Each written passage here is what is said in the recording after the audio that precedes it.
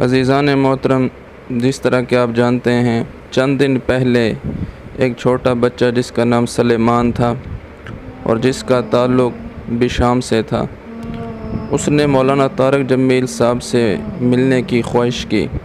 اور مولانا طارق جمیل صاحب اس کی خواہش کی تکمیل کے لیے فیصل آباد سے اسلام آباد ہاسپٹل میں تشریف لے گئے تھے۔ مولانا نے اسے بہت سارا پیار دیا، اس کے سر کا بوسہ لیا، ہاتھ کا بوسہ لیا، اس بچے کو بہت دعائیں دی۔ وہ بچہ آج اپنے